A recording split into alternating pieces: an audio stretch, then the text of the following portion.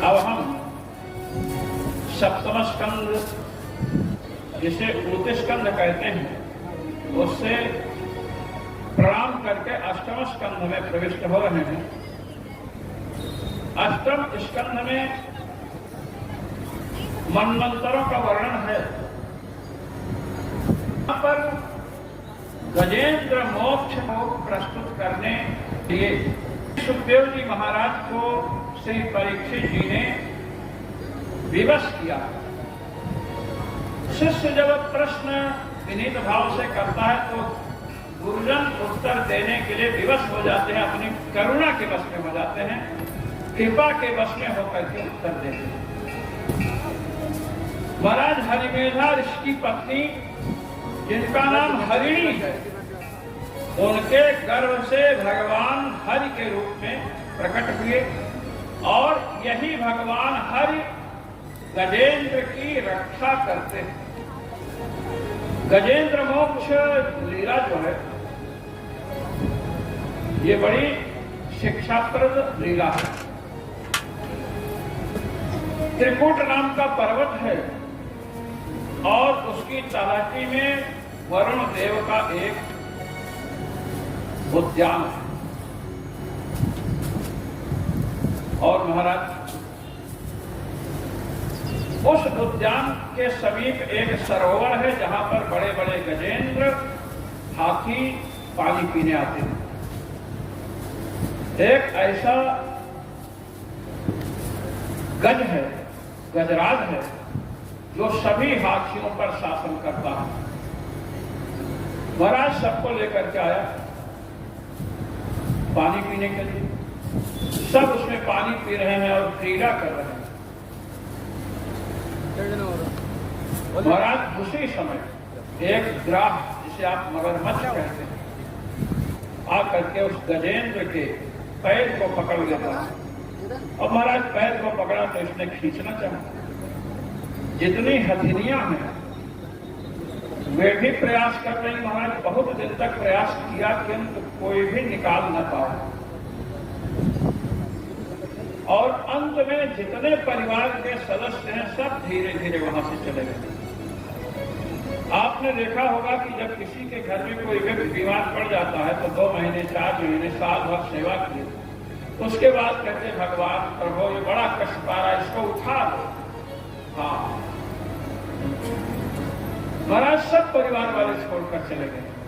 और ये गजेंद्र के साथ जो हो रहा है ना, ये संसार में प्रत्येक प्राणी के साथ होता है। लोग कुछ दिन सेवा करते हैं, मैं सबकी बात नहीं कर रहा हूं, प्रायः ऐसा होता है। ऐसे ऐसे बहुत से लोग हैं जो सेवा करते हैं, और मैं जानता हूं लेकिन नाम नहीं लूंगा, सबके यहां सेवा करते हैं। महाराज एक महिला थी, उसने अपने सास की सेवा 16 वर्ष किया।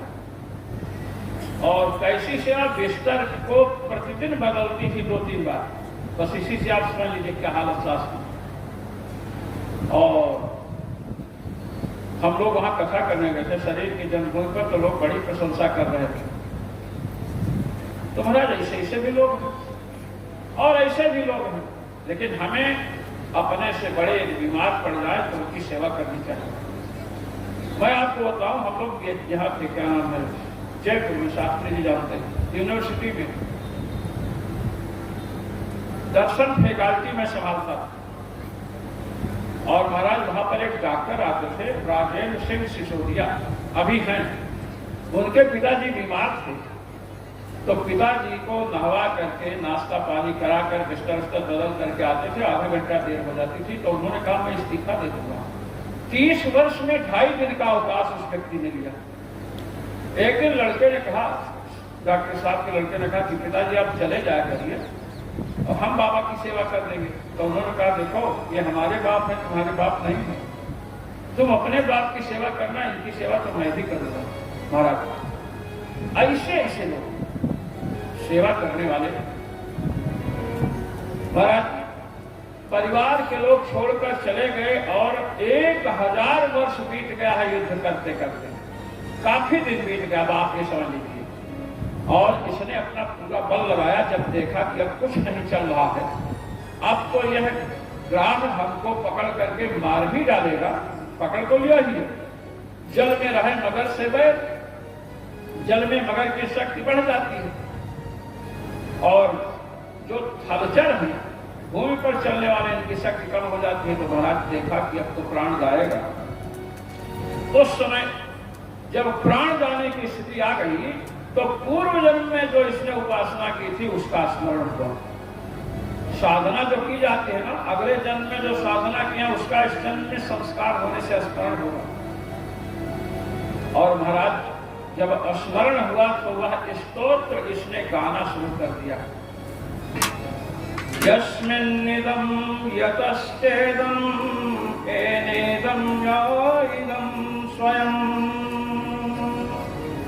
योऽस्मात् परस्माच्च परस्तं प्रपद्ये स्वयं भुवम्।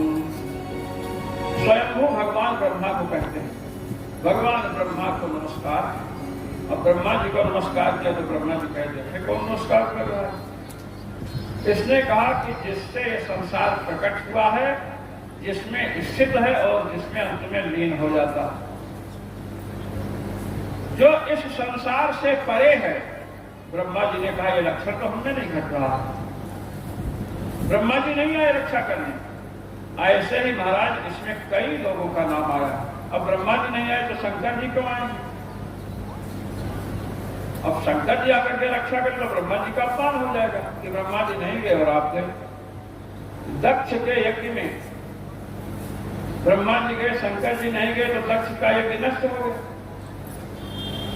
ब्रह्मा जी सोच रहे हैं कि बहुत बड़ा स्तोत्र पड़ रहा है, देखो कौन जाना, कोई तो बचाएगा ही जब इतने देवता का। तो इसने महाराज शंकर जी को प्रणाम किया। ज्ञात्मने भगवते नमः ईश्वराय। ज्ञान स्वरूप भगवान ईश्वर को नमस्कार है। अब ईश्वर शिव जी को कहते हैं ईश्वरः सर्व ईशानः शंकरश्चंद्रशेखरः। ईश्वर भगवान को कहते हैं महेश्वर भगवान। अब भगवान शिव सोच रहे हैं कि जाएं, तो इसने कहा नमः शांताय घोराय मूढ़ाय गुणधर्मिणे। शांत स्वरूप भगवान को नमस्कार है। भगवान शिव परम शांत है। और कहा घोराय भयंकर है, तो भगवान शिव ने कहा प्रलय में मैं भयंकर हो जाता हूं। और आगे इसने ऐसा कह दिया कि शंकर जी रुक गए। मूढ़ाय जो महामूढ़ है, शंकर भगवान को कहते अब नहीं जाना चाहिए, तो मूढ़ कह रहा है।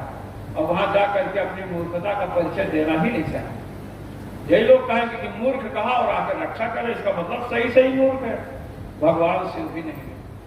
महाराज इंद्र उपेंद्र जितने भी देवी देवता हैं कोई नहीं गए। और सब कहते हैं कि ये स्तुति कर रहा है, किसको बुला रहा है? सब चाहते हैं तब तक दूसरे का नाम ले लेता है। एक श्लोक पूरा हुआ, पता चला हमें बुला रहा है, तब तक दूसरे श्लोक में दूसरे का नाम, ब्रह्मा जी का नाम लिया और दूसरा श्लोक शुरू किया। जैसे शंकर जी का नाम आया तो ब्रह्मा जी रुक गए कि शंकर जी रक्षा कर लेंगे। शंकर जी के बाद इंद्र अमुक रक्षा कर लेंगे, कोई नहीं गया। अब ये भी बड़ा बुद्धिमान है।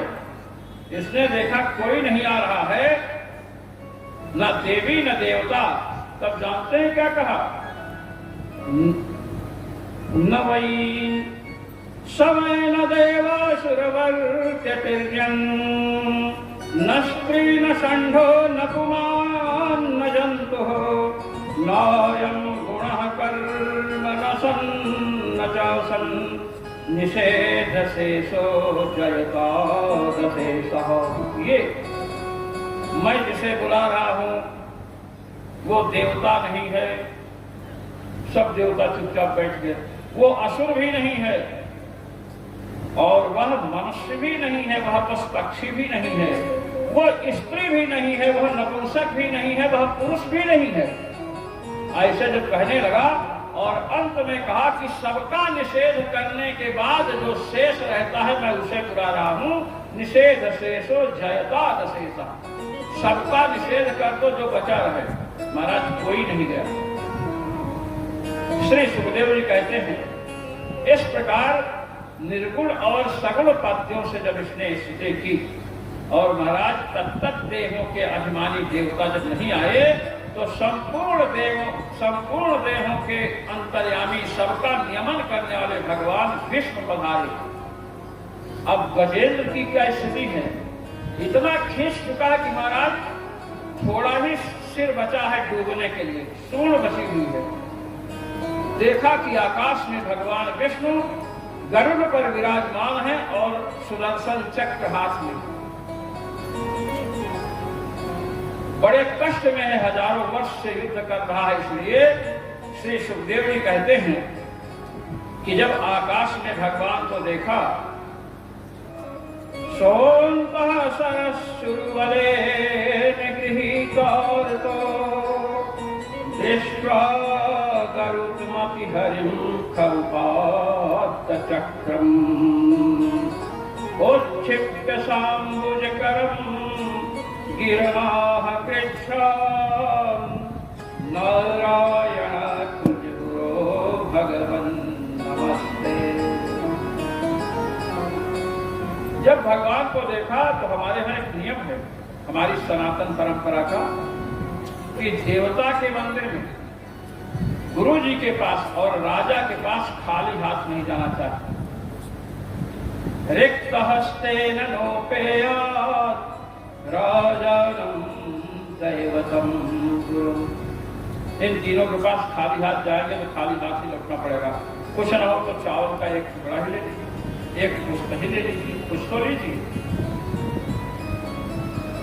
इस प्रकार इसने देखा पास में एक कमल है, उस कमल को उखाड़ा और महाराज भगवान को समर्पित कर रहा है। भगवान ने देखा कि ये तो डूबने वाला है, कहता नारायण व्यंग कर रहा है।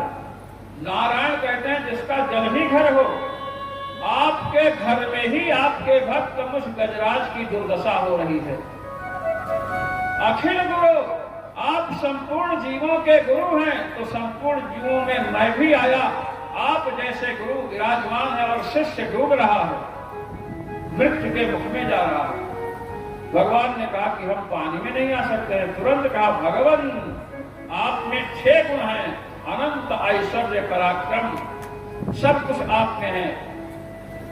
और भगवान महाराज गरुड़ जी को छोड़ करके कूदे। अच्छा, गरुड़ जी को छोड़ करके भगवान गजराज को निकालने के लिए कूदे। श्रीमद् भागवत महापुराण के एक बहुत बड़े चिंतक हैं विजयध्वज जी, और लिखते हैं कि जब भगवान अपने धाम से चले गरुड़ जी पर विराजमान होकर, तो इतनी तीव्र गति से गरुड़ जी चल रहे हैं कि जो देवता जहां बैठा है वहीं से गरुड़ जी के पंखों की हवा से उड़ चला। ब्रह्मा जी, शिव जी, जितने भी देवी देवता हैं सब उड़ चले। अब आकाश में सब उड़ते हुए आ रहे हैं। भगवान ने सोचा गजेंद्र को निकालने के लिए गरुड़ जी को वहां ले चलेंगे तो सबकी डुबकी लग जाएगी, एक के जगह में सैकड़ों को निकालना पड़ेगा। इसे वहीं छोड़ दिए और वहीं से कूद पड़े। और जब भगवान कूदे हैं तो हाथ से महाराज पकड़ करके निकाला, गजेंद्र को भी निकाला और ग्राह को भी निकाला, और ग्राह पर सुदर्शन चक्र का प्रयोग किया भगवान ने, और ग्राह की मुक्ति हो गई। गजेंद्र का पैर पकड़ा है, गजेंद्र के चरणों का आश्रय लिया है किसने? भगवान यह व्यक्त कर रहे हैं कि यदि तुम हमारे भक्तों के चरणों से जुड़ोगे तो मैं तुम्हारा पहले उद्धार करूंगा, भक्त का बाद में गजेंद्र का उद्धार किया महाराज। मैंने कल ये बात कही थी, सिद्धिर भव दीवानी। महाराज, इस गजेंद्र मोक्ष का पाठ जो लोग करते हैं उन्हें मृत्यु के समय भगवान का स्मरण अवश्य होता है, इसलिए गजेंद्र मोक्ष का पाठ करना चाहिए। इसी अष्टम स्कंध में सागर मंथन की चर्चा है। देवराज इंद्र ऐरावत हाथी पर बैठ करके जा रहे थे और दुर्वासा जी भगवान के यहाँ से आए तो भगवान की माला प्रसाद के रूप में ले रखे थे, तो उन्होंने सोचा देवराज इंद्र हैं, इन्हें माला दे देनी चाहिए। अब माला जब दिए तो उनको अपमान महसूस हुआ। ये तो भक्कड़ महात्मा है, मैं तो तीनों लोगों का राजा हूं, हमको माला दे रहे हैं तो महाराज इस माला को ऐरावत के सिर पर रखनी है। अब ऐरावत को बड़ा खराब लगा, मैं कोई सामान्य हूं क्या? तीनों लोगों का भार, तीनों लोगों का दायित्व इंद्र के ऊपर है और इंद्र को संभालने का दायित्व मुझ पर। यह ऐरावत ने सोचा और उस माला को लेकर के पैरों से कुचल दिया। दुर्वासा जी ने देखा, कहा अच्छा इतना बड़ा अभिमान, अरे इंद्र तू जिस संपत्ति का अभिमान कर रहा है शीघ्र ही तेरी संपत्ति तेरे हाथ से निकल जाएगी।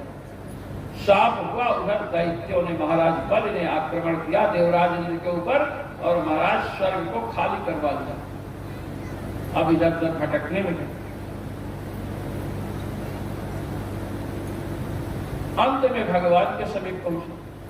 भगवान ने कहा देखो ऐसा कि दैत्यों से इस समय युद्ध में हम भी विजय नहीं प्राप्त कर सकते। देवताओं ने कहा क्यों?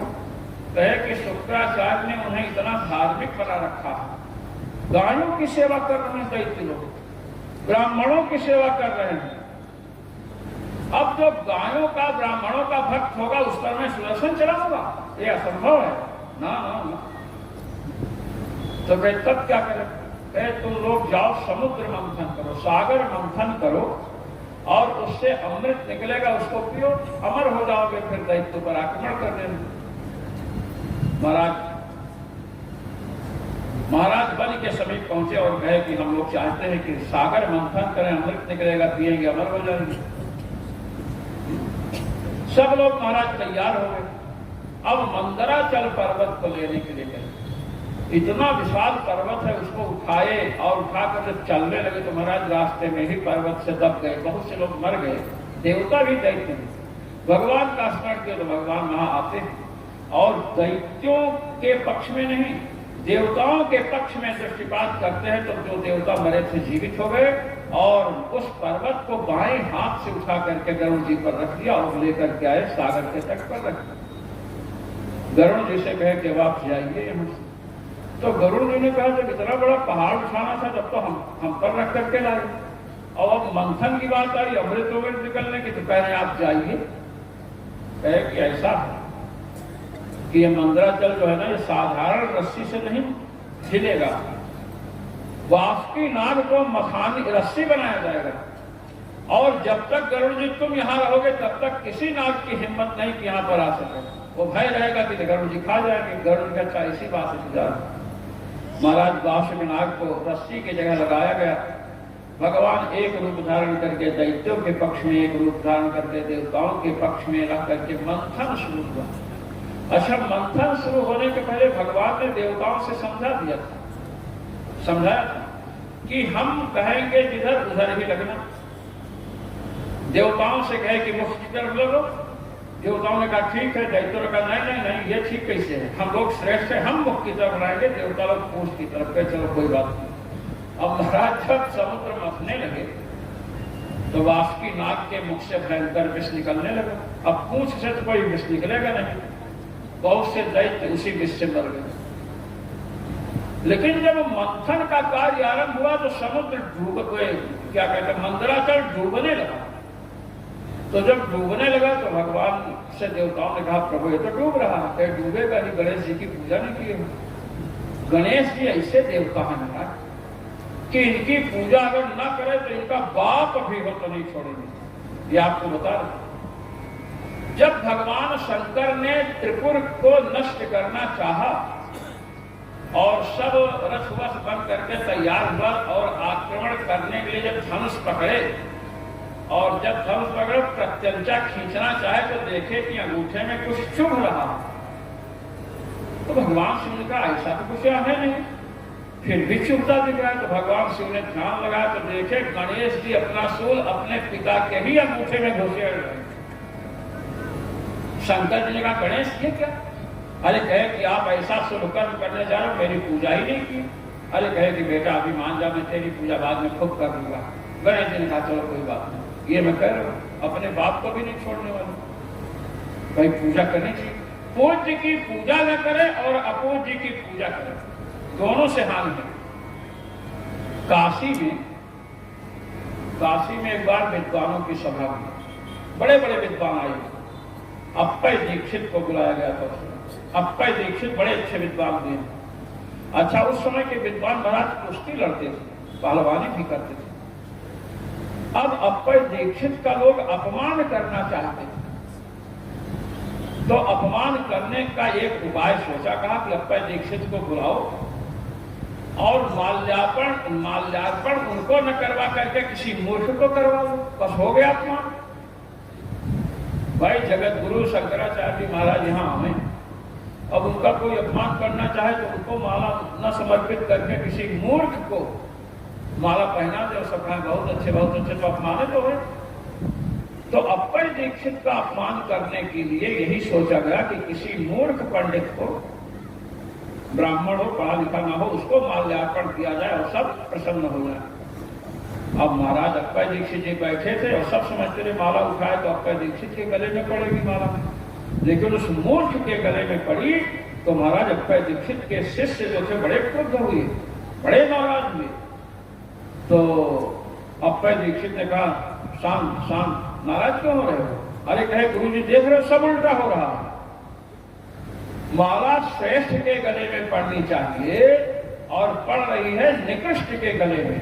अप्पय दीक्षित ने कहा कि यह भी एक नियम है। कहेंगे क्या नियम है? शौच करने जाते हो सब जाते हैं, तो पहले कुल्ला करते हो कि पहले नीचे प्रक्षालन करते हो? धोते हो। ये दुर्जनम प्रथमम वंदे सज्जनम तदनंतरम मुख प्रक्षालनात् पूर्वम गुद प्रक्षालनम यथा। जो अपने लोग शौच करने जाते हैं, लोग पहले लोग देहात में लोटा लेकर जाते थे, तो लोटा लेकर जाते हैं तो पूरे पानी से शौच करके आते हैं, तो बाद में हाथ धोकर तब न कुल्ला करते हैं, तभी न करते हैं कुल्ला। कि पहले ही कुल्ला करते हैं बाद में नीचे धोते हैं।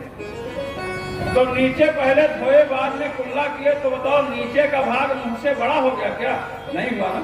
हाँ, ये बता रहे अप्पय दीक्षित जी कि शौच करने के समय पहले वायु प्रक्षालन करते हैं, मलेंद्रिय को धोते हैं, बाद में मुख को धोते हैं, कुल्ला करते हैं। तो क्या मल इनको विसर्जित करने वाली इंद्रिय मुख से खाने वाली इंद्रिय से बड़ा हो जाएगा? शिष्यों ने कहा नहीं, कि वही यहाँ हो रहा है, समझ, वही यहाँ हो रहा है। तो विद्वानों के यहाँ अनेक समाधान हैं। तो महाराज क्या किया?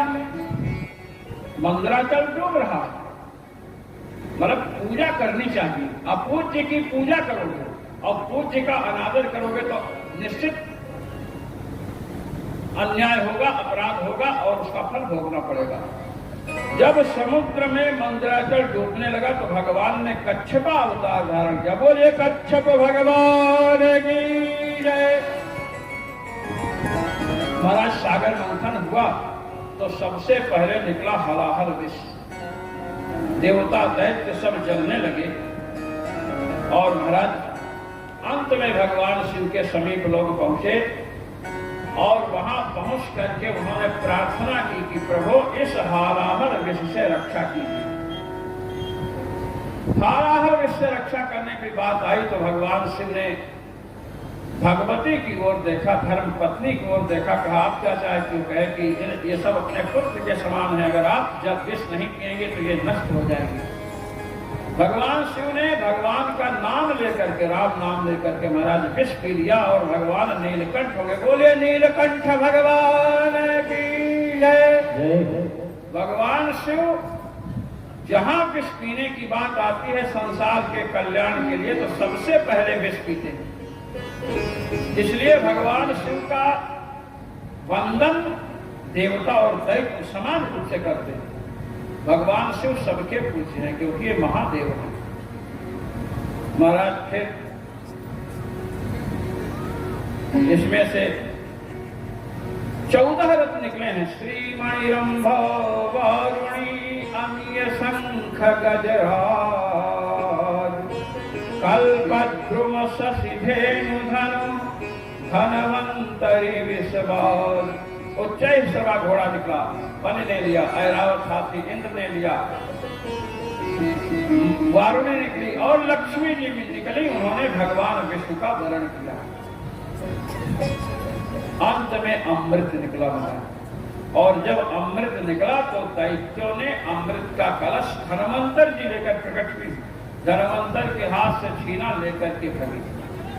अब देवता बड़े घबराए। देखिए परिश्रम सबने किया है, यहाँ पर यही देखना है। लोग कहते हैं कि परिश्रम करोगे तो उसका फल मिलेगा नहीं।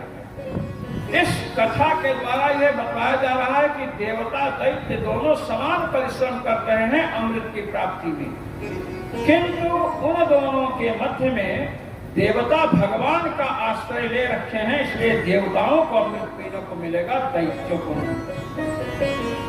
देवताओं ने भगवान की प्रार्थना की, भगवान से प्रार्थना की तो भगवान मोहिनी के रूप में प्रकट हुए। एक सुंदर स्त्री आई और दैत्यों ने देखा तो महाराज दैत्य तो लट्टू हो गए।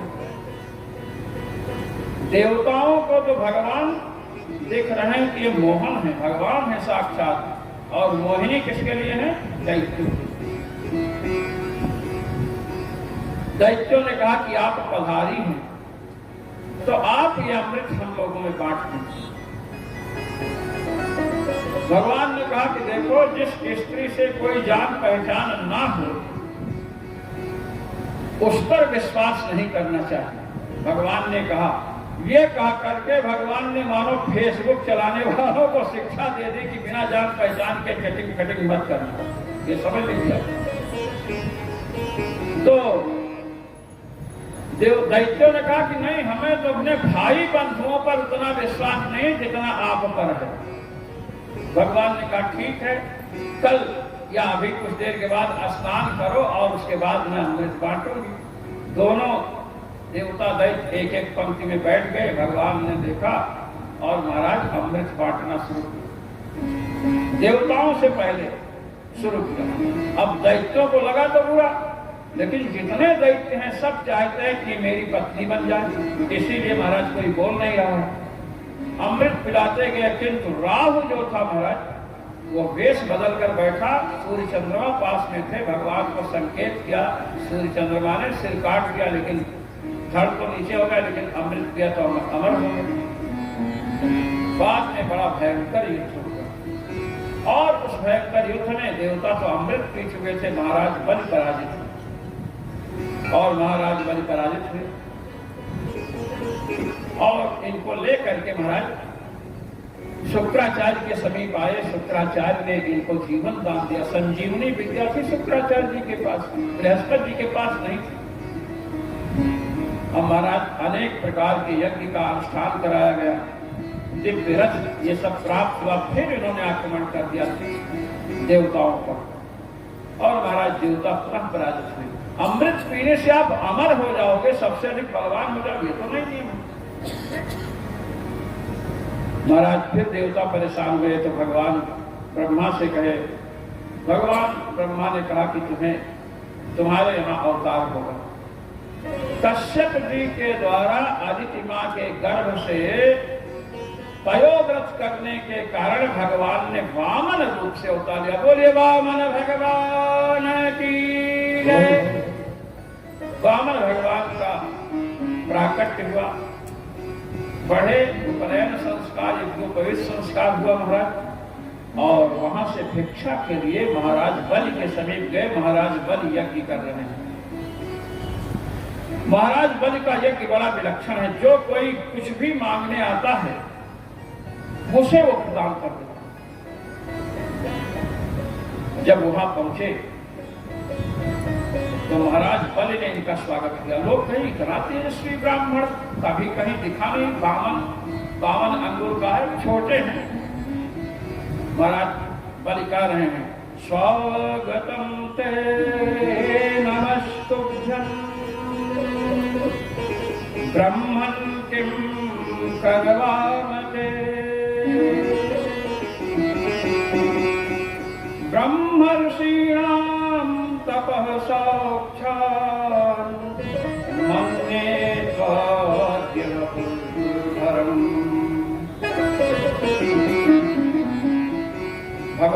भगवान से बलि जी कह रहे हैं कि स्वागतम ते, आपका स्वागत है, आप यज्ञ भूमि में पधारे, आपके पधारने से धरती पवित्र हो गई। आपको ब्रह्मर्षियों के जो तप हैं उन तपस्याओं का समूह प्रतीत हो रहे हैं। तपस्या के मूर्तिमान रूप आप है, आप पधारे। आज मेरे पिता धन्य हो गए, आज हमारा कुल धन्य हो गया। और शुक्राचार्य जी देख रहे, शुक्राचार्य जी देख रहे, कहते हैं तुम चाहे बलि तुम धन्य हो जाओ, तुम्हारे पिता धन्य हो जाए, लेकिन लगता है कि मैं अधन्य हो जाऊंगा। इन्होंने पाद प्रक्षालन किया और महाराज जो इनकी पुत्री है महाराज बलि, रत्नमाला शायद नाम है, जो भी उसके नाम में माला है, और जिसके पास माला के साथ माल होता, लोग कहते हैं माला माल। अब देखिए कि उसने देखा कि तो बड़ा सुंदर बालक है, वो दूध पिलाना चाहती महाराज, वात्सल्य जागृत हो गई। महाराज बलि ने भगवान से कहा कुछ मांगो, और ये जब देने को तैयार हुए तो शुक्राचार्य जी ने रोक दिया, क्योंकि गुरु का कार्य है शिष्य की रक्षा करना। शुक्राचार्य ने कहा कि महाराज बलि ये कोई साधारण कर्मचारी नहीं, ये भगवान विष्णु हैं। सबे रोचने साक्षात भगवान विष्णुरव्ययः, ये साक्षात अविनाशी परमात्मा भगवान विष्णु है, तुम्हारे घर ब्राह्मण का रूप धारण करके भिक्षा मांगने आए हैं। बलि ने कहा तो मैं तो धन्य हो गया जिसके द्वार पर भगवान स्वयं भिक्षा के लिए आए। कहे वो कुछ मत देना, कहे नहीं ब्राह्मण मांगे और हम न दे कैसे हो सकता। भगवान ने कहा संकल्प करो, मुझे 3 पग की भूमि देनी है। अब जब संकल्प करना चाहे तो महाराज कमंडल में बैठ गए जाकर। शुक्राचार्य जी कमंडल में बैठ गए कि जल ही नहीं निकलेगा तो कैसे संकल्प करेंगे। भगवान ने बलि ने कहा पानी ही नहीं गिर रहा है। उन्होंने कहा कि कोई देखो फंस ना गया हो तो पुष्प को लेकर के अंदर जब डाले तो शुक्राचार्य की आंख में मैंने घुस गया पुष्प, वहीं काना हो गए। शुक्राचार्य को काना बनाने में सबसे अधिक योगदान किसका है? भगवान का। भगवान चाहते हैं कि हमारे भक्त विषम दृष्टि से न देखें, सम दृष्टि रहे, एक दृष्टि रहे सब तक। और निकले गए ये क्या कि आपने आंख छोड़ दिया। बताइए कि हम काना आदमी हम सामने जाएंगे तो कोई अच्छा कार्य करेगा? आप शकुन मानेंगे? कहे नहीं, आप जब तक उदित नहीं होंगे, आप जब तक अस्त रहेंगे तब तक शुभ कार्य नहीं होगा। इसलिए कहते शुक्राष्ट में अच्छा कार्य आरंभ नहीं करना चाहिए। महाराज संकल्प पढ़ा गया, 3 पग की भूमि। अब भगवान ने अपना विराट रूप बढ़ाया। एक पग में स्वर्गलोक तक नाप लिया, भूलोक, दूसरे में ब्रह्मलोक, तीसरा पग रखने की जमीन ही नहीं बची। महाराज बलि से कहते हैं कि अब तुम अगर तीसरे पग को रखने की जगह नहीं बताओगे तो तुम नरक जाओगे, क्योंकि दान दे करके प्रतिज्ञा करके जो दान नहीं देता नरकगामी होता।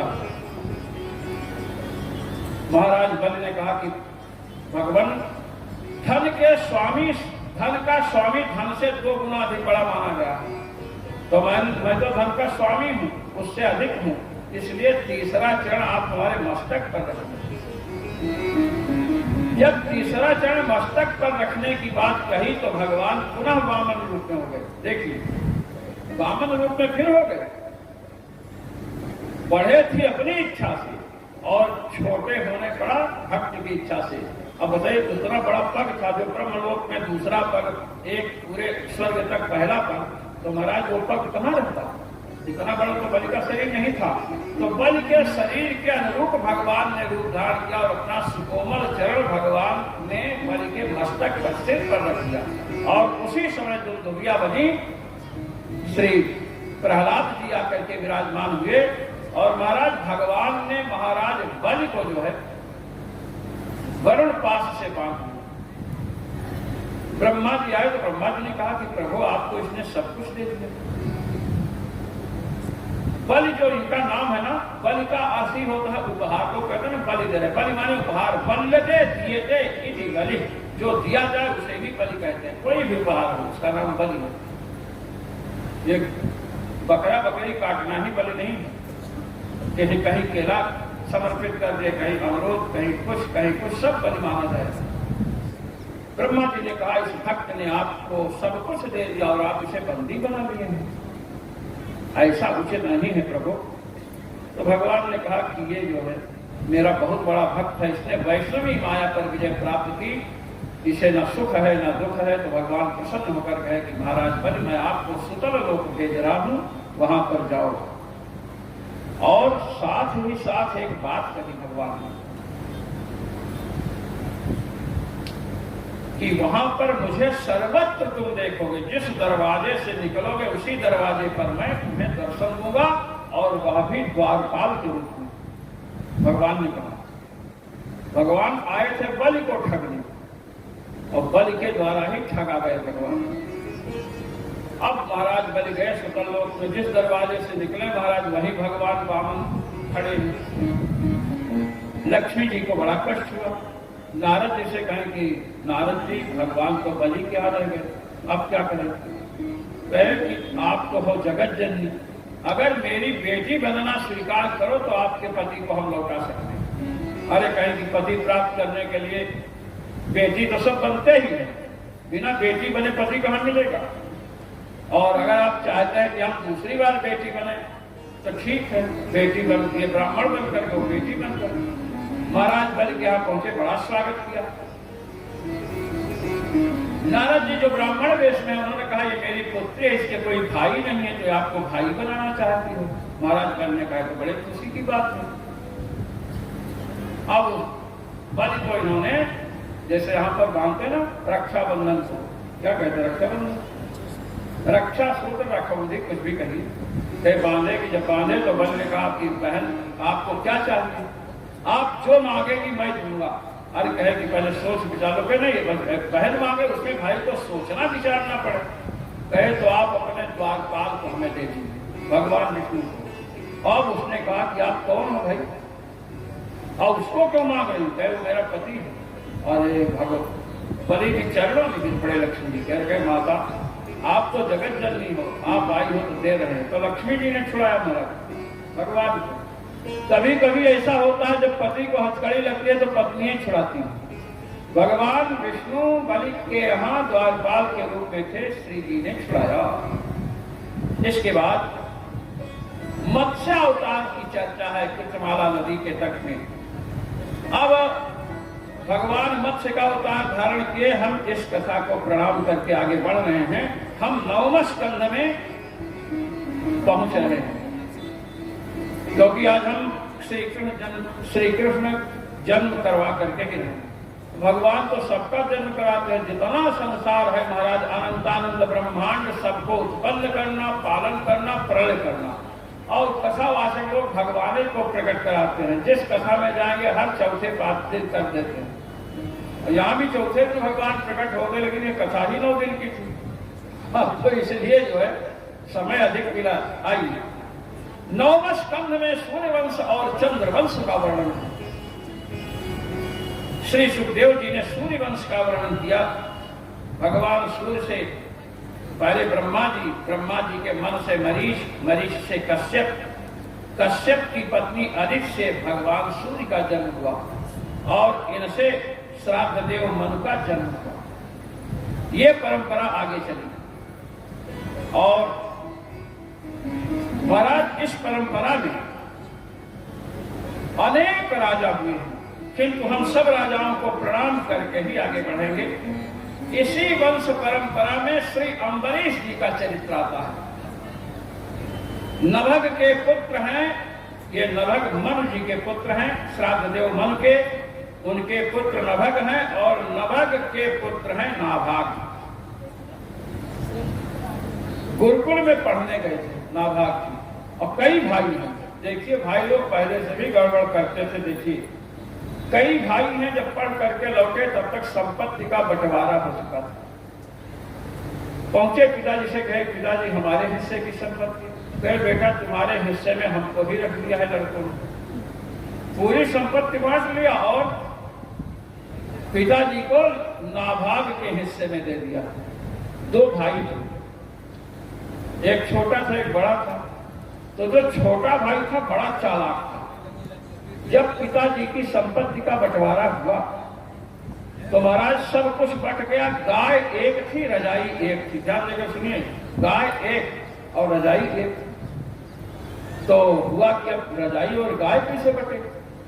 तो छोटे भाई ने कहा कि आधा आधा बांट लेते हैं, गाय का आधा हिस्सा आपका और आधा हिस्सा हमारा। तो कहे आधे में कौन हिस्सा हमारा, कौन हिस्सा आपका? कहे कि आप श्रेष्ठ हैं, बड़े हैं, तो आगे का आप ले लीजिए, अब पीछे वाला भाग हम ले लें।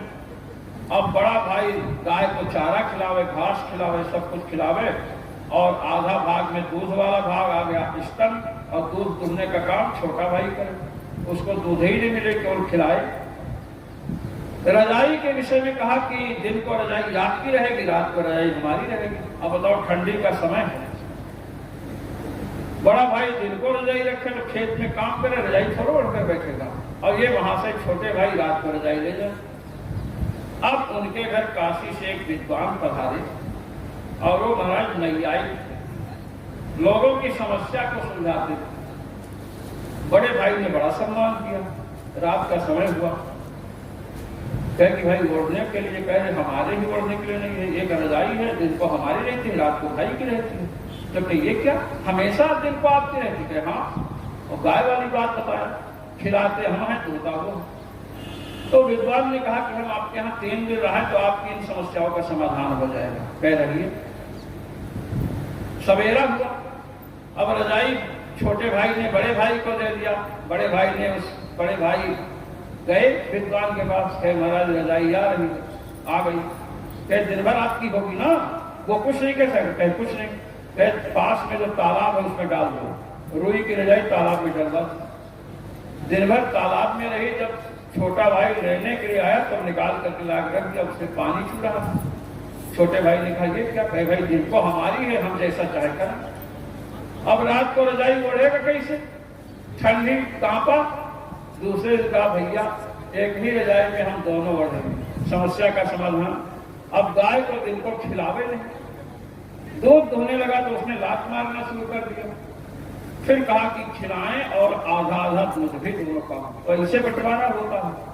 नाभाग को इनके भाइयों ने हिस्से में क्या दिया? पिताजी को दिया। पिताजी को, अब पिताजी हिस्से में आए तो बड़े प्रसन्न हुए कि पिताजी अब हम आपकी अकेले ही सेवा करेंगे। नहीं तो कहते हमारे यहाँ आज पिताजी चाय पियेंगे, तो कहते हमारे यहाँ पियेंगे। अब एक दिन ऐसा आता है, कहते हैं मैं नहीं पिलाऊंगा, तुम्हारा नंबर है। वो कहता नहीं नहीं हम पिला चुके थे, तुम्हें पिलाना पड़ेगा। ये भी होता है महाराज। अनेक प्रकार जब आपस में थोड़ा मन मुटाव होता है तो पिताजी ही झेलते हैं बच्चों को, दूसरा नहीं। उनके लिए तो सब अपने बच्चे हैं, लेकिन उनमें होता है कि हम इनके भाई ये। तो महाराज नाभाग की सेवा करने लगे। नाभाग सेवा करने लगे नभग की। तो नभग ने कहा कि बेटा ऐसा है कि हमारे पास संपत्ति तो नहीं है, लेकिन यहाँ पास में अंगिरा गोत्र के, आंगिरस गोत्र के ब्राह्मण यज्ञ करते हैं। 12 दिन का कर्म होता है और हर छठे दिन एक एक कर्म में भूल कर जाते हैं, इसीलिए स्वर्ग नहीं जा पा रहे। और ये जो मैं सूक्त बता रहा हूं वैष्णदेव संबंधी सूक्त है, इसे जाकर के बता देना तो वे अपनी संपत्ति तुम्हें दे देंगे, स्वयं स्वर्ग चले जाएंगे। अब महाराज इसने यही किया, ब्राह्मणों को वो सूक्त बताया, ब्राह्मणों ने अपना धन दे दिया, स्वर्ग चले गए। विमान आया। अब ये जब धन बटोरने लगे तो देखे उत्तर दिशा से 52 काला पुरुष आया, कहा यह धन मेरा है। तो नाभाग ने कहा ये धन आपका कैसे होगा? ये तो हमें ऋषियों ने दिया है, मैंने उन्हें मंत्र बताया था। कहे कि चलो अपने पिता के पास, उनसे चल करके निर्णय करा लो। कहे चलो। नभग के पास आए तो नभग ने उस पुरुष से कहा जो काला दिख रहा था, कहा कि ये बताओ ऋषियों को मेरे पुत्र ने सूक्त बतलाया और उसके कारण उनका कर्म पूर्ण हुआ, स्वर्ग गए तो उन्होंने अपना धन दिया ना, तो मेरे पुत्र का हुआ। तो उस बौने पुरुष ने कहा कि हाँ ये बात तो ठीक है, लेकिन यज्ञ में जो अवशिष्ट अंश होता है वो शंकर जी का होता है, इसलिए मैं मांग रहा हूं। जैसे उसने कहा शंकर जी का होता है, नमक तुरंत साष्टांग प्रणाम किए, समझिए शंकर जी हैं। और नाभाग ने भी प्रणाम किया, पिता पुत्र ने प्रणाम किया, शिव जी दर्शन दिए और उन्होंने पूरा धन भी दे दिया। महाराज का ये पुत्र भी बहुत अच्छा है, बड़ा सुशील है। दूसरे लड़के होते तो कहते पिताजी आपका दिमाग खराब है, इसी जगह भेज दिए, और निर्णय भी इसी के पक्ष में दे रहे हो कि धन इसको दे दो। किंतु उसने पिता की आज्ञा मान ली और शिव जी ने वरदान दिया कि पुत्र नाभाग, तुम्हारे यहाँ एक ऐसे बालक का जन्म होगा जिसे भगवान अपना सर्वस्व मानेंगे। और ऐसा कह करके महाराज अंतर्धान हो गए। अब नाभाग के यहाँ जिसका जन्म हुआ उनको अम्बरीश कहते हैं। अम्बरीश जी भगवान के बहुत बड़े भक्त हैं। 7 द्वीप वाली समस्त पृथ्वी पर इनका साम्राज्य है। महाराज भगवान की सेवा करते हैं, अपने हाथ से रोटी बना करके भोग लगाते हैं, तुलसी दल पुष्प अपने हाथ से चयन करके लाते हैं। और इनकी पत्नी भी बड़ी भक्त है।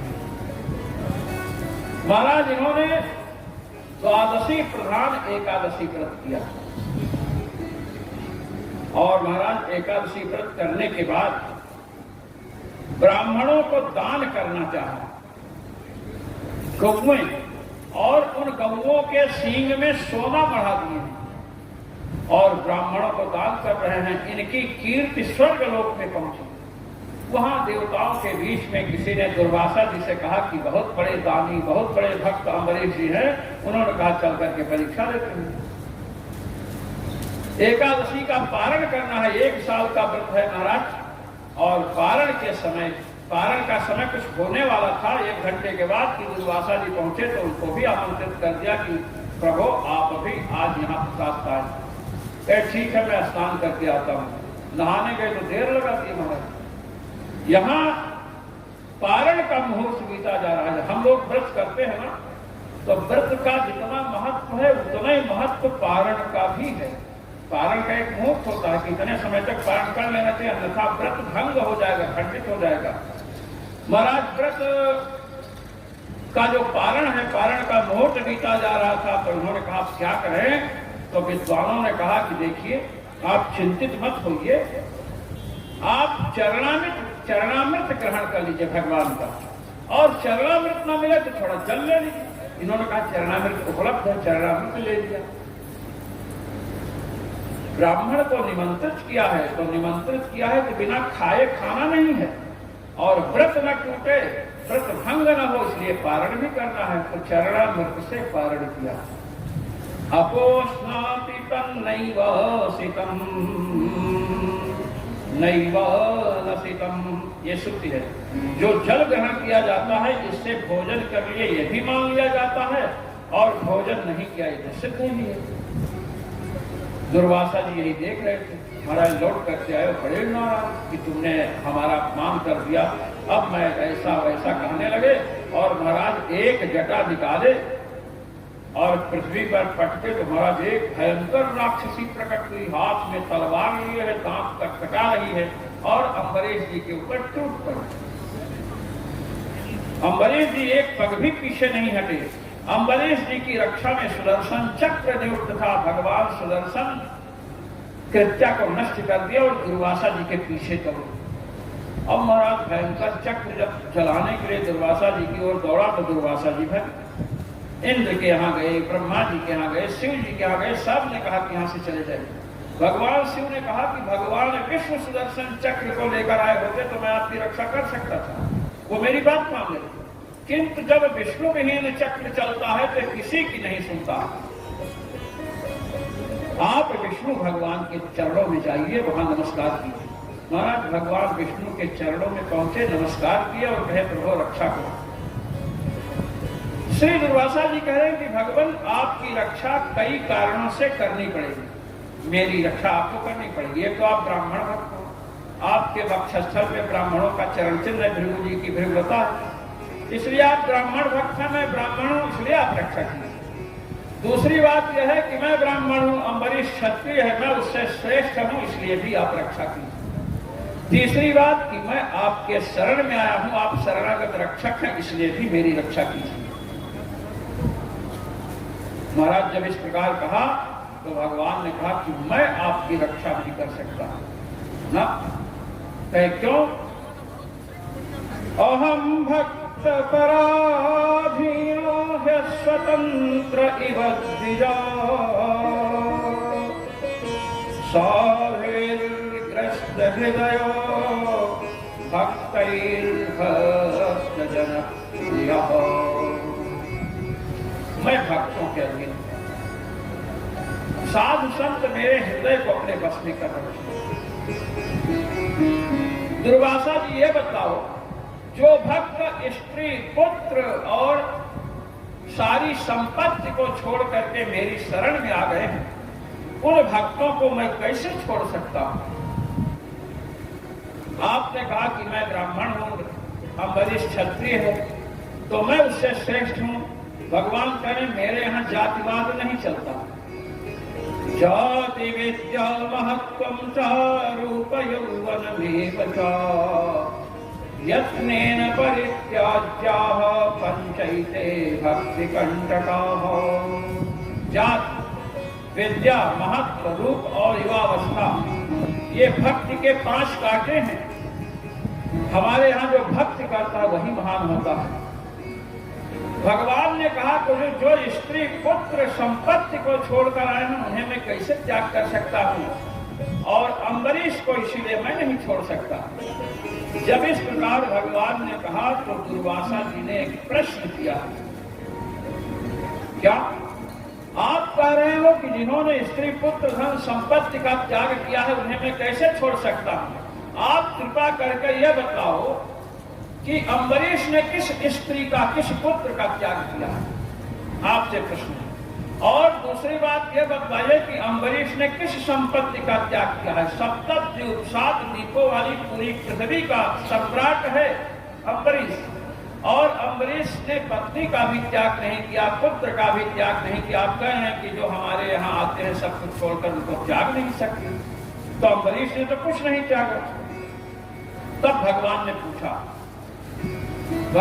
पूछा कि अच्छा ये बताइए कि जिस समय आपने कृत्या का प्रयोग किया था, वो राक्षसी तलवार लेकर अम्बरीश पर टूट पड़ी मारने के लिए, तो अम्बरीश जी कितने पग पीछे हटे थे? आप बताओ कृपा करके। दुर्वासा जी ने कहा 1 पग भी पीछे नहीं हटे। अम्बरीश जी वहीं के वहीं खड़े थे। तो इससे क्या निकला कि अम्बरीश को देहाध्यास नहीं है। देह रहे या चला जाए इसकी चिंता अम्बरीश को नहीं है, देहाभिमान नहीं। और आपके पीछे सुदर्शन चक्र जब पड़ा तो आप ब्रह्मलोक, शिवलोक, इंद्रलोक और यहाँ विष्णुलोक भी पहुंच गए अपने शरीर की रक्षा के लिए। तो आपसे मैं ये पूछ रहा हूं कि देहाभिमान अम्बरीश को है या आपको अधिक है? ये बताओ। दुर्वासा जी महाराज चुप हो गए। दुर्वासा जी एकदम चुप। कहे देहाभिमान तो मुझमें है। तो कहे जिसमें देहाभिमान है उससे बड़ा वो भक्त होता है जिसमें देहाभिमान ना हो। और यदि आप अपनी रक्षा चाहते हैं तो अम्बरीश के पास जाइए, उनसे क्षमा याचना कीजिए, तभी ये चक्र आपको छोड़ सकता है। महाराज दुर्वासा जी 1 वर्ष पर्यंत दुर्वासा जी चक्कर लगाए इधर अम्बरीश जी के पास पहुंचे, और अम्बरीश जी ने देखा दुर्वासा जी आ रहे हैं। दुर्वासा जी ने प्रणाम किया।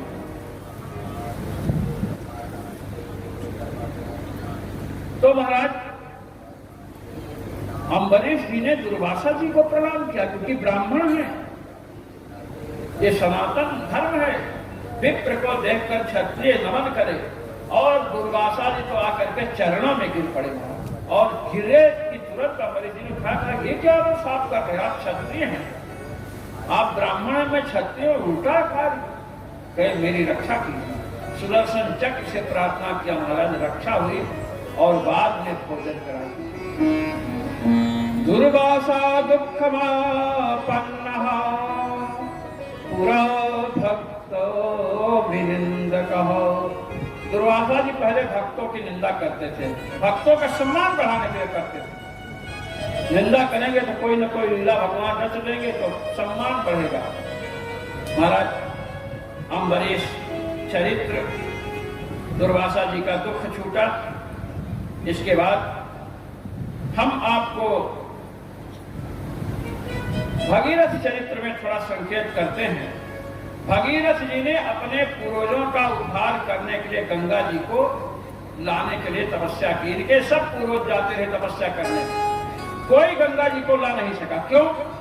क्योंकि जब बूढ़े हो जाते थे तब तपस्या करने जाते थे।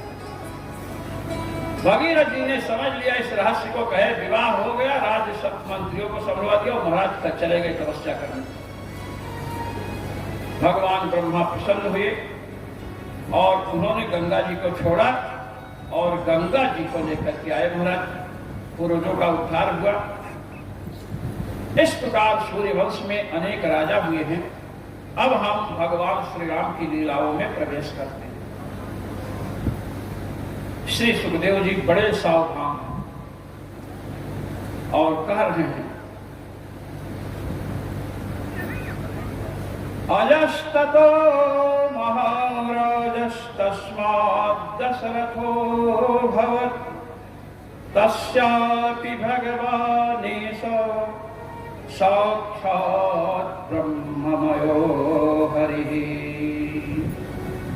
कहते हैं आज के महाराज दशरथ, ये परंपरा पहले से आप सुनते आ रहे हैं।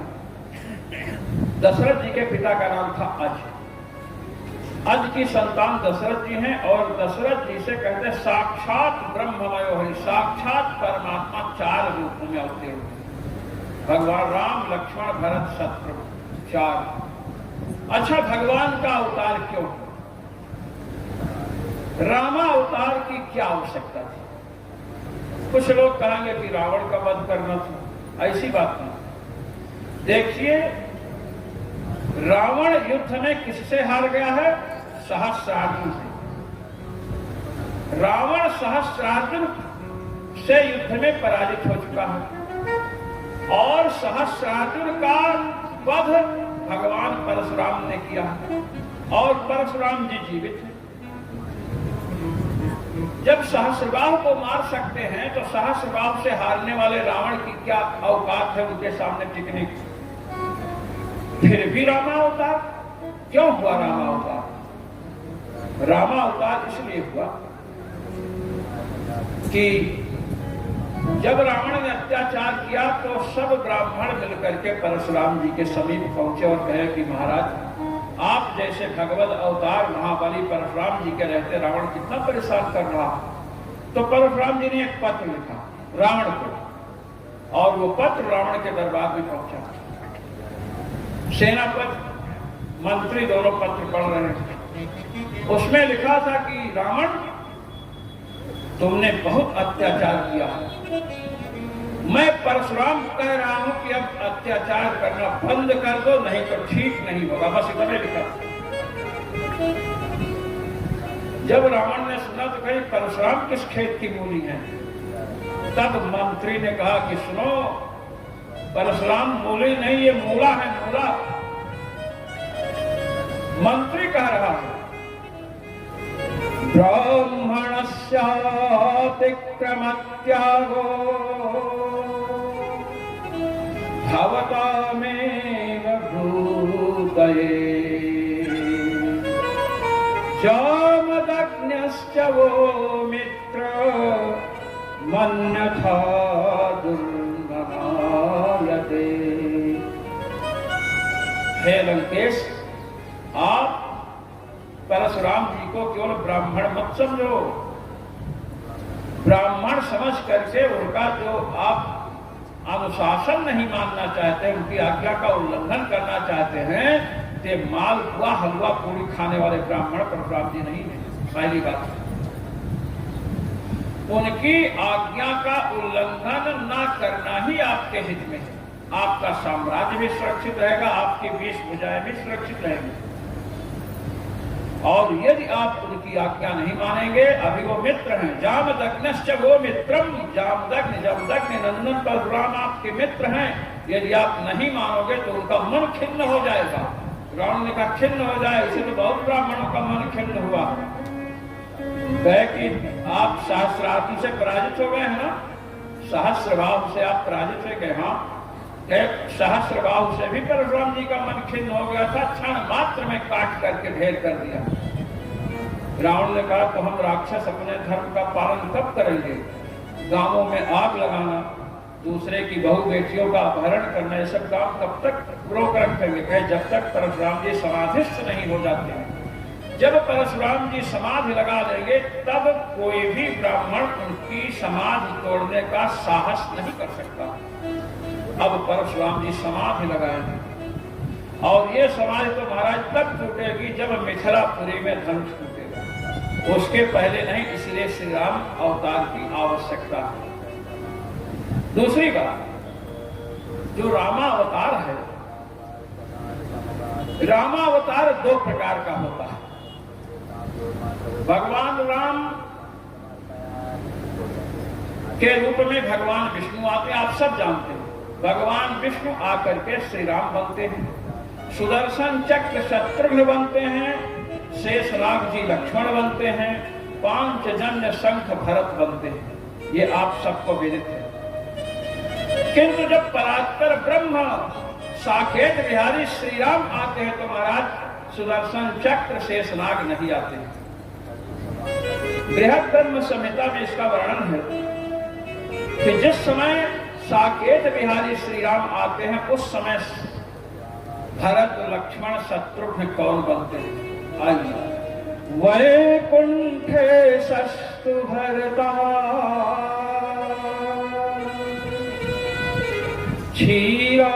क्षीराब्धिश्च लक्ष्मणः शत्रुघ्नस्तु स्वयं भूमा राम सेवार्थमागताः।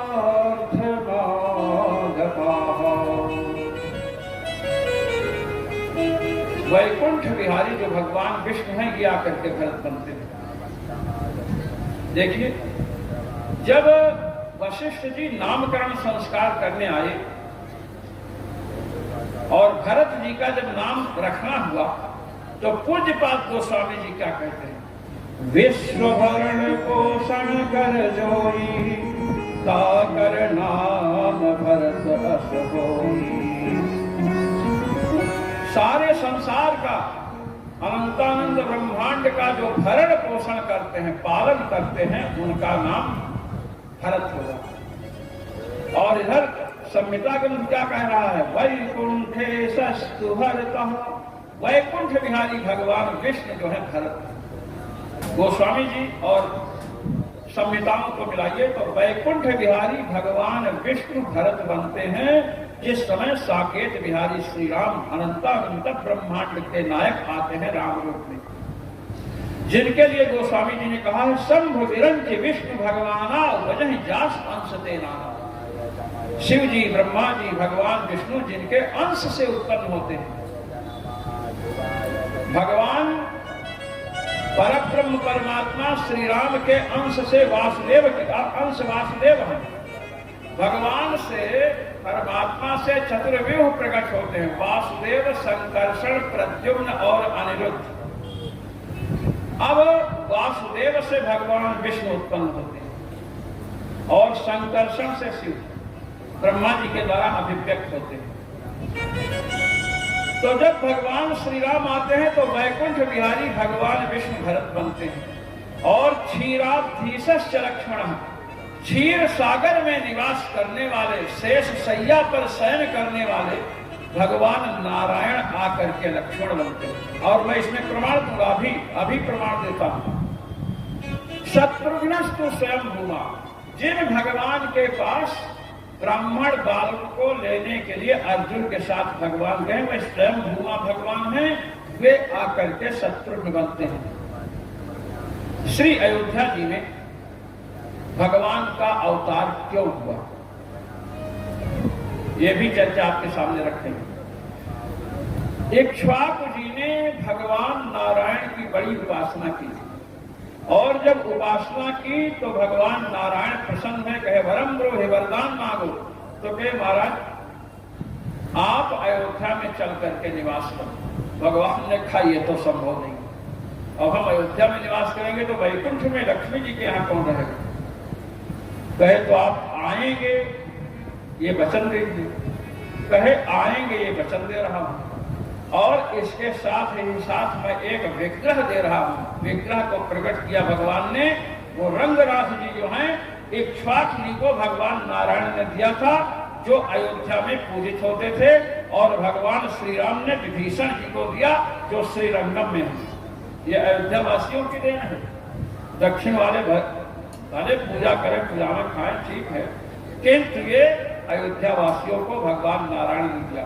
तो इक्ष्वाकु जी पर नारायण भगवान ने कृपा की है, इसलिए भी रामावतार यहाँ होता है। दो प्रकार का, भगवान विष्णु आकर के यहाँ अवतरित होते हैं, भगवान श्री राम आए। अब श्री कौशल्या जी के गर्भ से भगवान अवतरित हो रहे हैं। महाराज इतना सुंदर भय प्रकट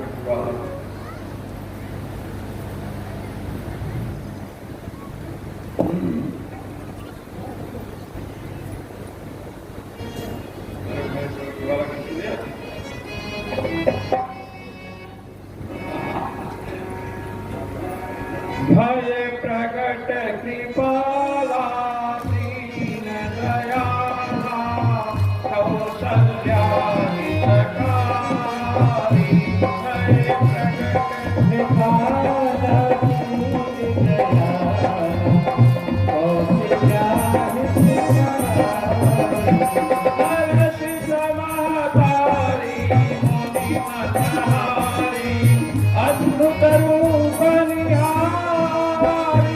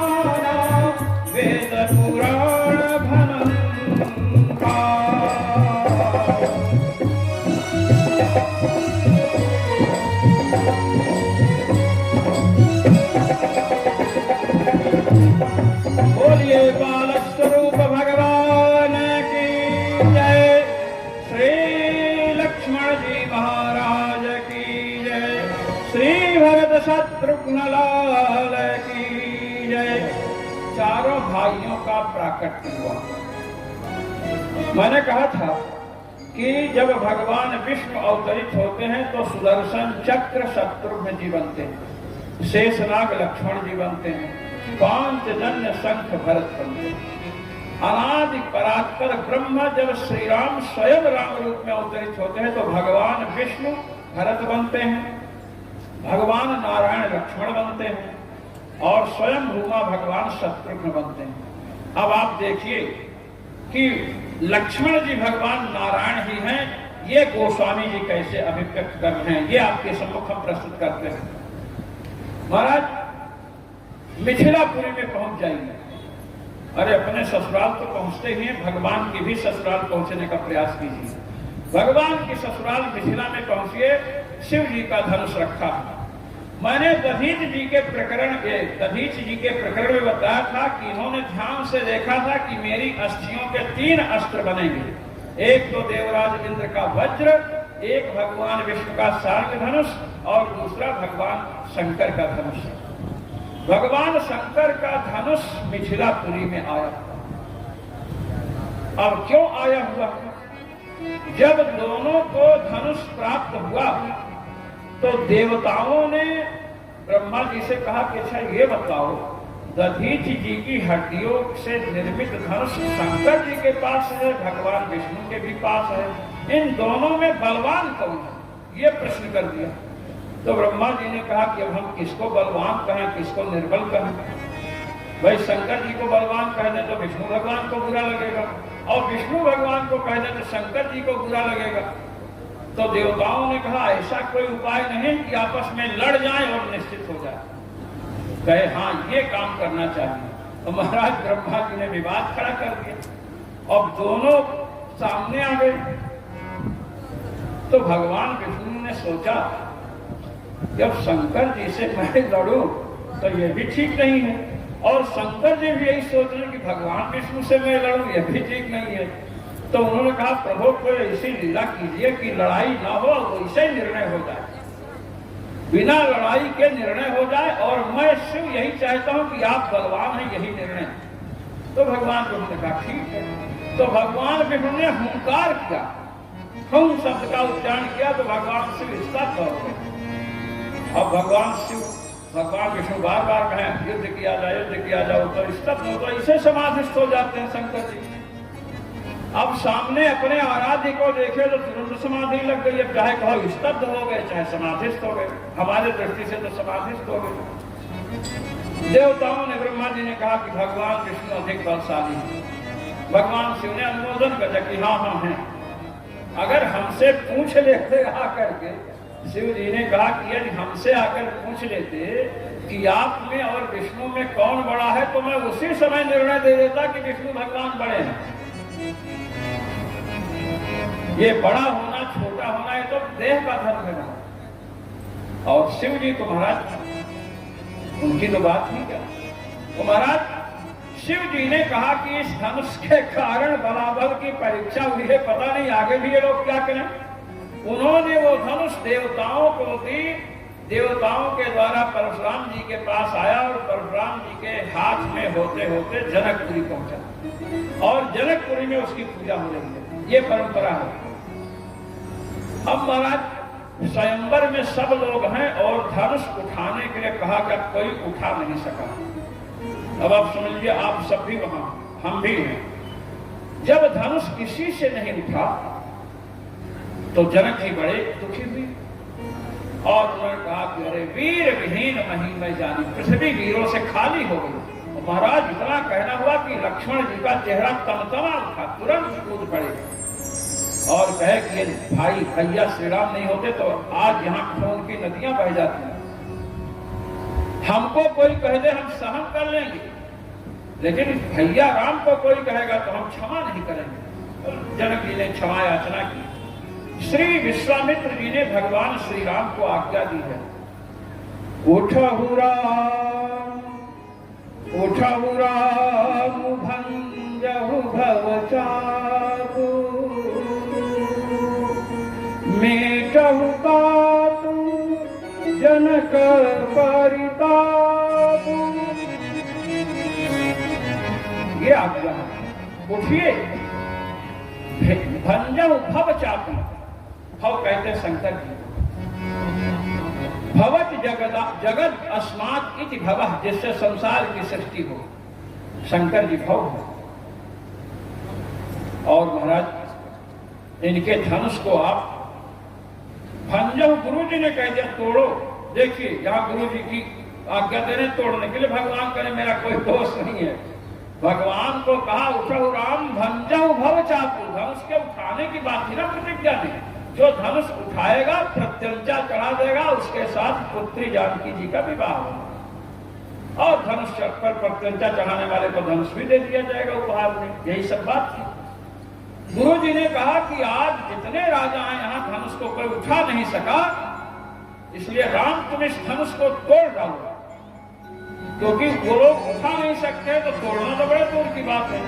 अब भगवान श्री राम उठे और महाराज धनुष के समीप पहुंचे। ये धनुष दधीच जी की हड्डियों से, अस्थियों से निर्मित है। दधीच जी मूर्तिमान हो गए महाराज। दधीच जी प्रकट हो गए भगवान श्री राम के सामने।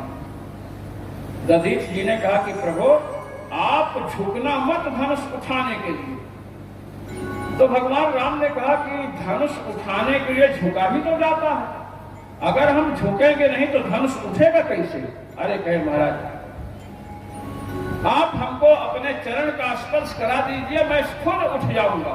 धनुष ने कहा, दधीच जी का प्रकट होकर के धनुष ने, आप अपने श्री चरण का स्पर्श कराइए, मैं उठकर खड़ा हो जाऊंगा।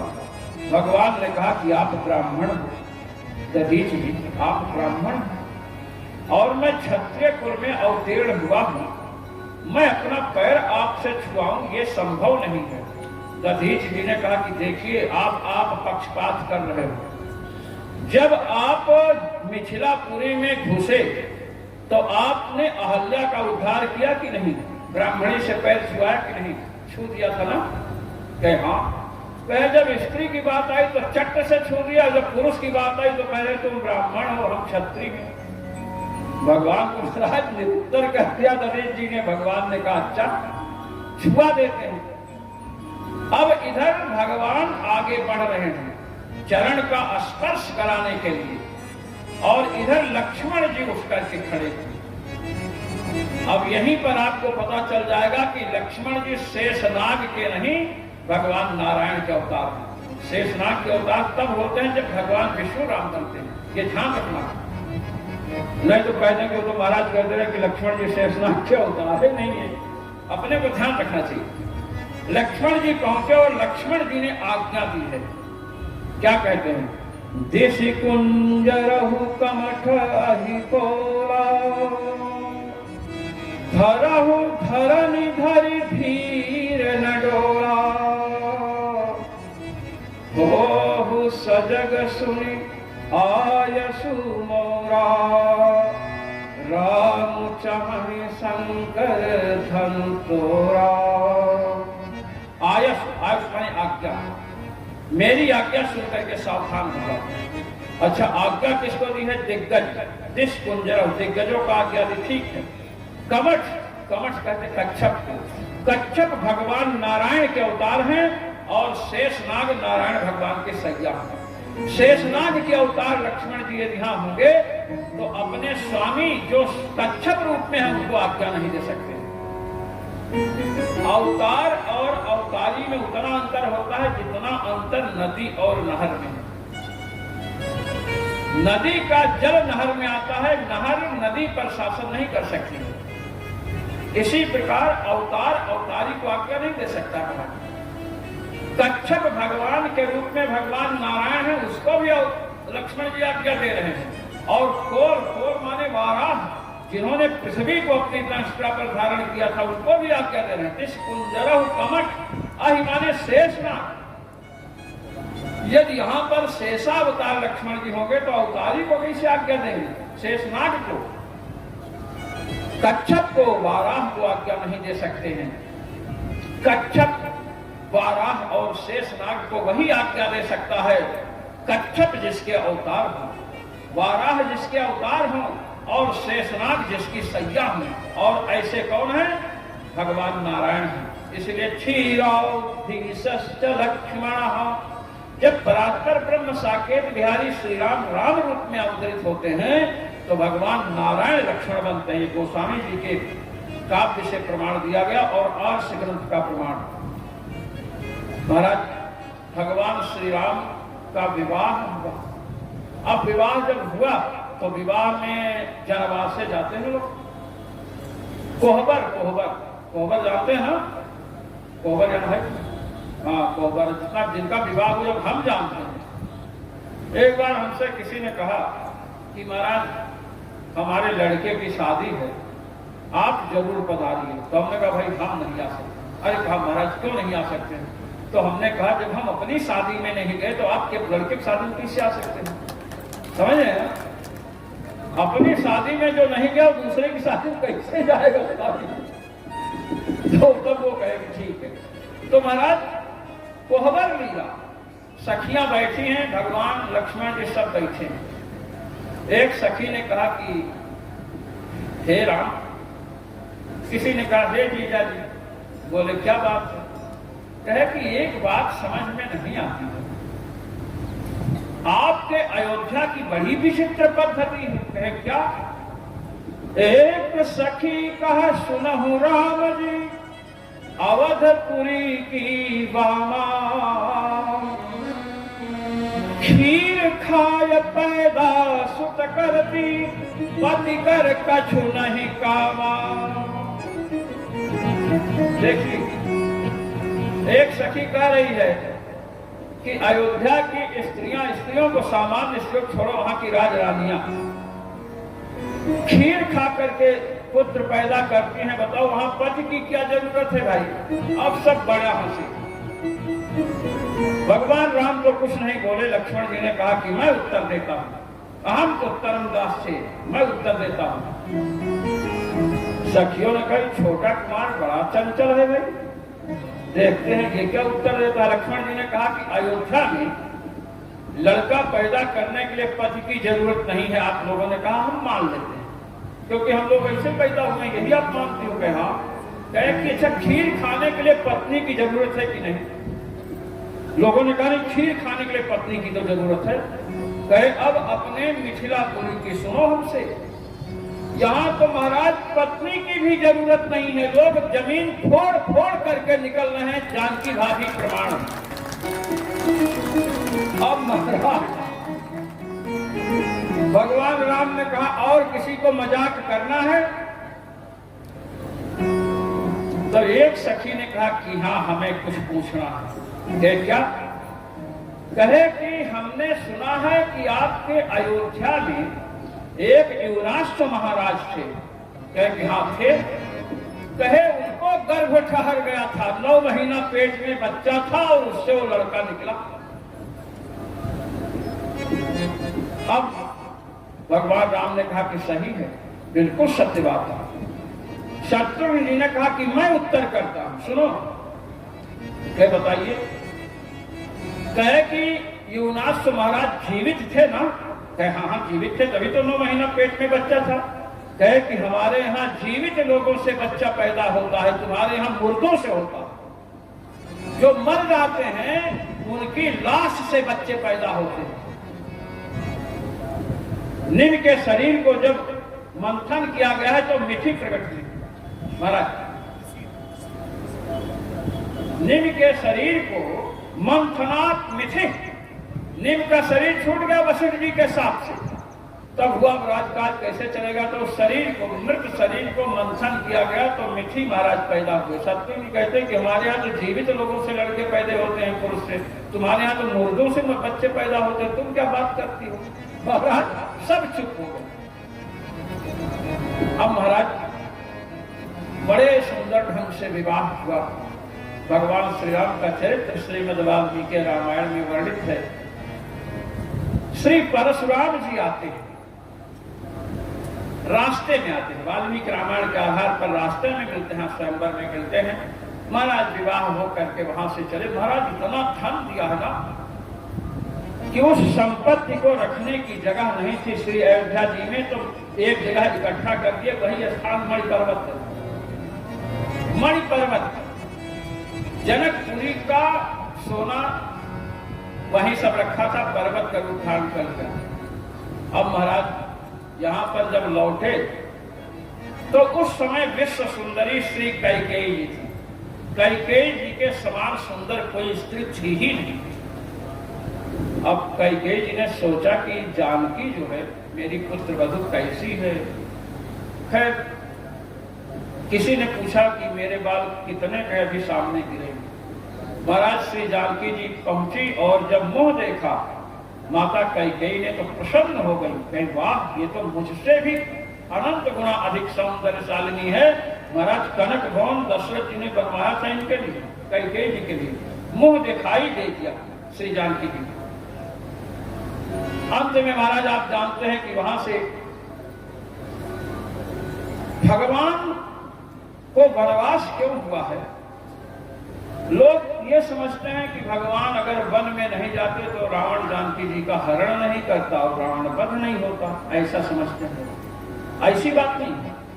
भगवान राम राज सिंहासन पर बैठते 1 महीने के बाद, 10 दिन के बाद चक्रवर्ती राजाओं का जो नियम है दिग्विजय करने के लिए निकल पड़ते और रावण के वो यहाँ जाकर आक्रमण कर देते। बहुत जल्दी मर जाता रावण। भगवान का वनवास क्यों हुआ है। जब वो महापुरुष साधना करते हैं तो साधना करते समय उन्हें भगवान के एक सौलभ्य गुण का अनुसंधान करना होता है। सौलभ्य गुण क्या है कि भगवान अपनी प्राप्ति स्वयं करा देते हैं, ये सौलभ्य गुण। और जो उस गुण का मनन करता है तो भगवान उसके समीप जाते हैं, उसे दर्शन देते हैं। महाराज सौलभ्य गुण का अनुसंधान कर रहे हैं, ऋषिमुनि कहते हैं कि भगवान अपनी प्राप्ति स्वयं करा देंगे। इस भाव को देख करके वनवास की लीला हुई। अब उसके साथ ग्रामम लक्षण स्तृणम स्पृशत रावण का भी वध। महाराज भगवान पहुंचे हैं तो किसी के यहाँ 4 महीने, किसी के यहाँ 8 महीने, किसी के यहाँ 6 महीने चौपी पर रहे भगवान, किसी के यहाँ 1 दिन, किसी के यहाँ 2 दिन। सबरी जी के यहाँ गए। अच्छा, वहीं पर शूर्पणखा के दुर्व्यवहार के कारण उसकी नाक कटी और महाराज सब लीलाएं आप जानते हैं। अंत में जानकी जी का हरण हुआ, सुग्रीव जी से मित्रता हुई।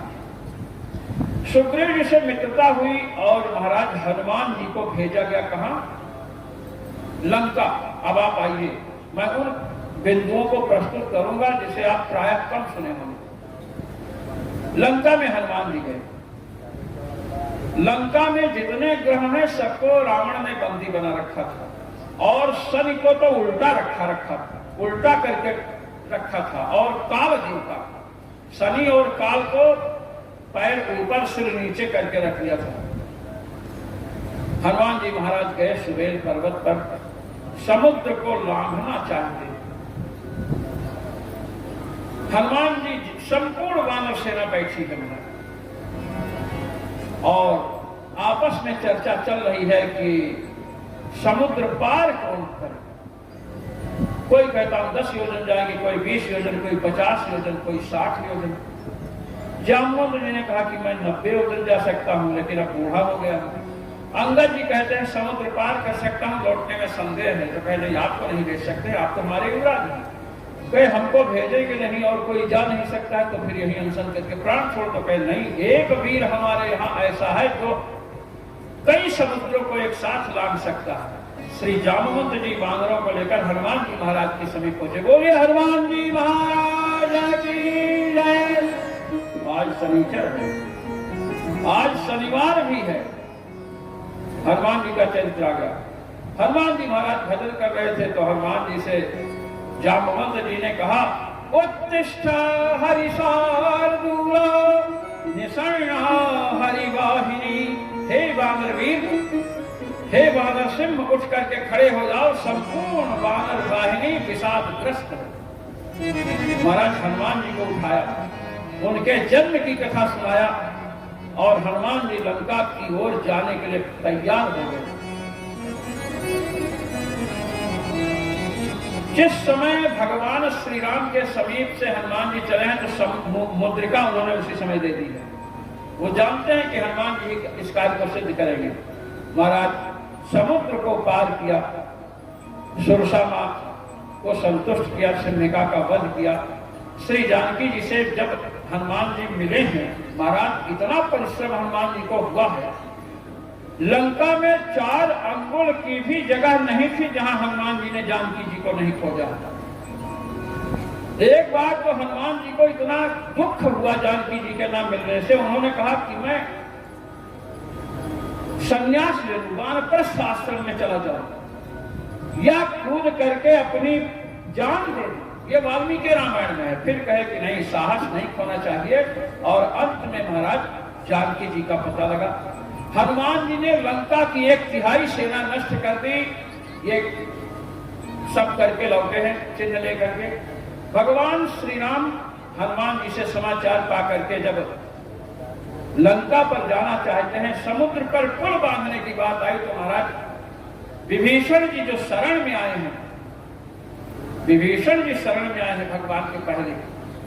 जब विभीषण जी आए शरण में तो महाराज सुग्रीव ने भगवान श्री राम से कहा कि शत्रु का भाई शरण में आया है। तो भगवान ने कहा क्या करना चाहिए?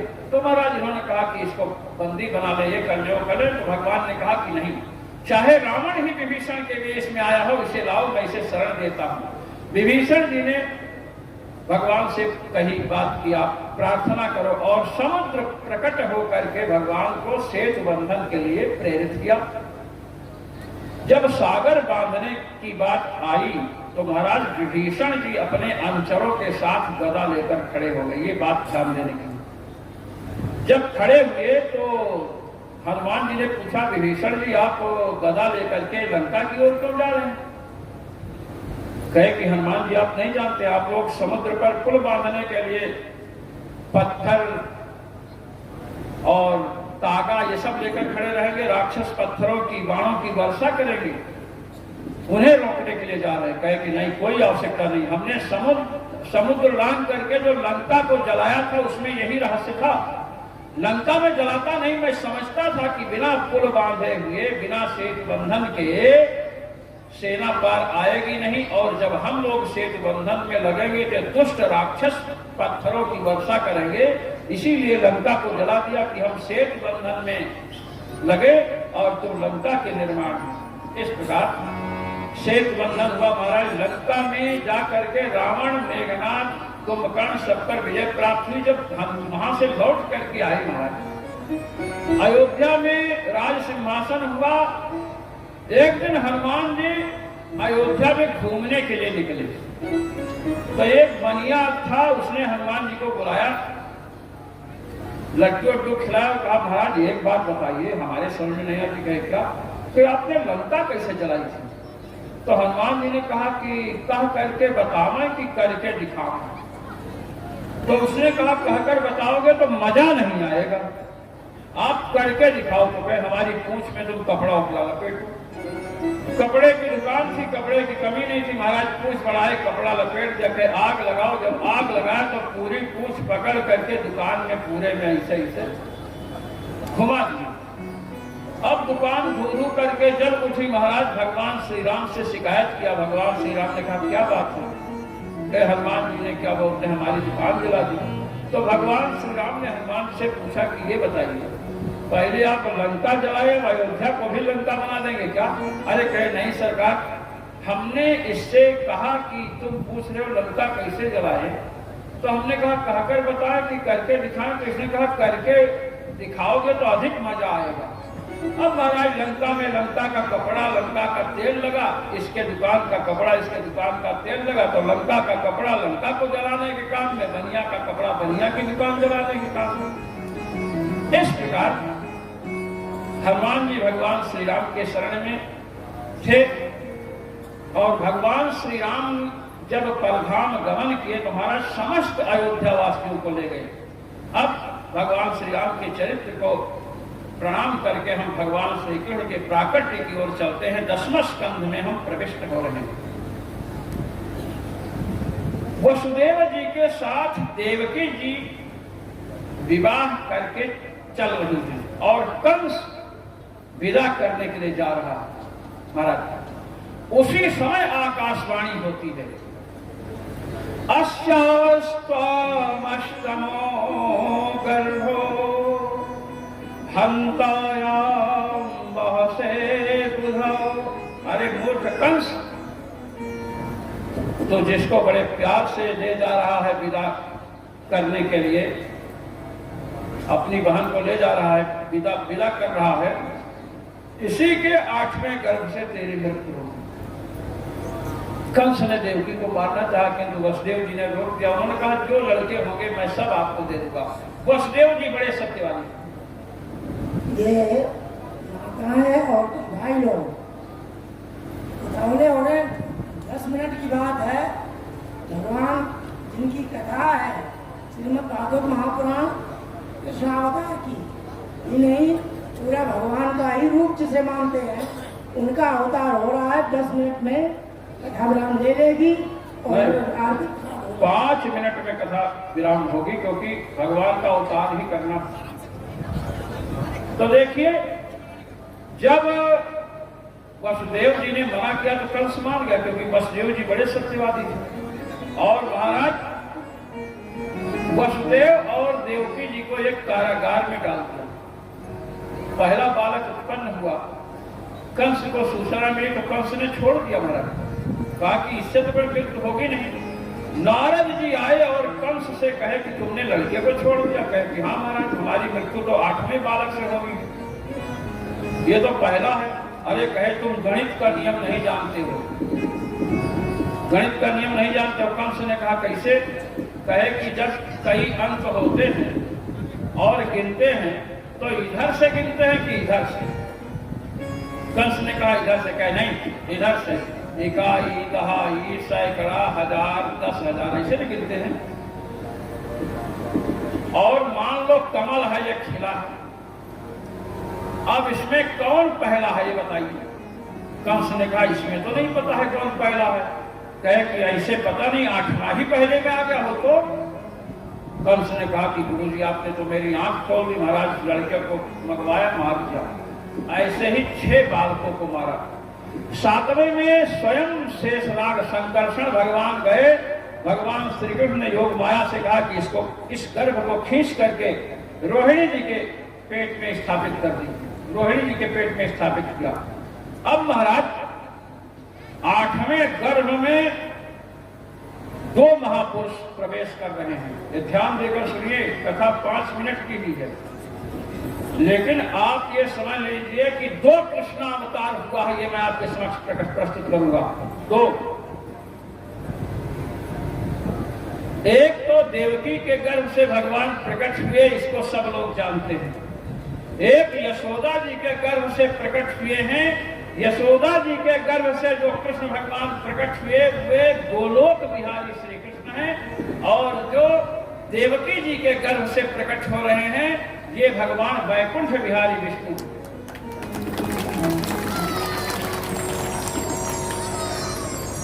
महाराज जब कंस ने विचार किया कि अब 8वां पुत्र होने वाला है तो उसने कहा हम लड़का होने ही नहीं देंगे। बड़ा दुष्ट था। उसने 20-20 हाथ की दूरी पर खंभे गड़वाए। एक खंभे में वसुदेव जी, एक में देवकी जी। कहा कि पत्नी एक साथ रही नहीं सकते, बालक कहां पैदा होगा। भगवान ने कहा कि कंस तू डाल डाल, मैं पात पात। दुष्ट तू समझता है कि परमात्मा का अवतार किसी के रज और किसी वीर से ही होता है? नहीं। भगवान ने वसुदेव जी से कहा कि आप अपने मन में हमको ध्यान कीजिए। मन में ध्यान करने को कहा महाराज। अब मन में ध्यान करने को कहा तो वसुदेव जी ने कहा ध्यान किया। कहे कि अब ये ध्यान करो कि मैं देवकी जी के हृदय में जा रहा हूं। इसकी क्या जरूरत, आप देवकी जी के हृदय में तो विराजमान पहले से हैं, सबके हृदय में रहते हैं। वसुदेव जी से भगवान ने कहा कि अगर ध्यान नहीं करोगे तो देवकी नंदन कहलाऊंगा, वसुदेव नंदन नहीं। यदि आप बाप बनना चाहते हैं तो आप ध्यान करो। तब इन्होंने ध्यान किया कि देवकी जी के हृदय में भगवान प्रवेश कर रहे हैं, इनके हृदय से जाकर। अब ध्यान कीजिए कि हृदय से मैं गर्भाशय में जा रहा हूं। फिर ध्यान किया। इसे महाराज भागवत में श्री सुखदेव जी कहते हैं, समाहितम शूरसुतेन देवी। समाहितम पर श्रीधर स्वामी जी कहते हैं कि 3 प्रकार से कोई किसी का कल्याण कर सकता है।